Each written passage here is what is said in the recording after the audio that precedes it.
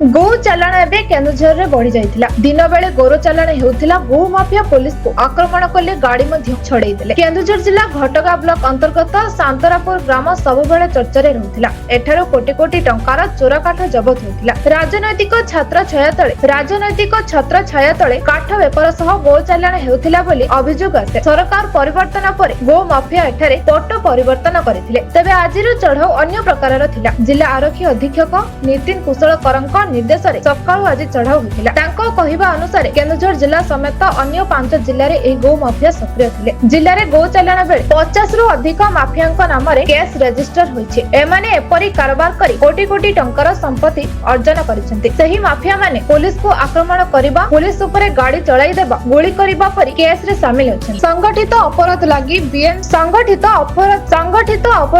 BNS धारा 112 अनुसार अपराध नियम लागू करी आज भोर समय सांतरापुर ठारे गो माफिया घरे चढ़ाऊ करा जायछि। एही कार्यक्रम रे जिला पुलिस बाहिनी रो बड़ बड़ अधिकारी समेत बड़बिल एसडीपीओ देवेंद्र पिंगुआ, बड़बिल थाना अधिकारी अशोक कुमार नायक, घटगां थाना अधिकारी सुभ्रांत कुमार जेना, ढेंकीकोट फांडी अधिकारी त्रिनाथ नायक, खीरोदिनी नियाल समेत जिलार अन्य पुलिस पदाधिकारी, पुलिस कनेस्टेबल माने मध्य शामिल होइतिले। सांतरापुर ग्राम रे थिबा 5 रु अधिक माफियाक घरे रेड होइतिला। 9 जन को अटक रखा जायछि। तबे खबर लेखायबा पर्यंत 1,40 लाख टंका नगद, 1 केजी सोना और 3 केजी रूपा अलंकार जबत करा जायछि। तो सहित किछि गोरु बोहिबा गाड़ी को जबत करा जायछि। किछि माफिया भयरे फेरार होई जायथिबा जणा पड़िछि। मोट 11टी 4 चकिया गाड़ी सह 13टी 2 चकिया गाड़ी धरा जायछि। एथि सह अनेक बैंक अकाउंट और अन्य अकाउंट खाता को पुलिस निज हाथ को नेछि। जिला एसपी कहिसंति कि अन्य जिल्ला रे मध्य चढ़ाऊ चलिछि। मयूरभंज जिल्लार चढ़ई भोलरू अनेक चोरा बाइक जबत होइतिला। तबे संध्या सुधा 100 कोटी टंका मूल्यर संपत्ति एही माफियाक पाखरो जबत करा जिवो। भारतीय न्याय संहितार 112 दफा अनुसार एही संपत्ति अटैच लागि दरखास्त करा जिवो बोली से मध्ये सूचना दिछन्ति। एही घटना परे केन्दुझर शहर पाखरे रहिथिबा अनेक गो दलाल छानिया होई जायथिबा आलोचना हेउछि। केन्दुझर जिल्लारू दशरथ बारिंक रिपोर्ट, ब्लैक न्यूज ओडिया।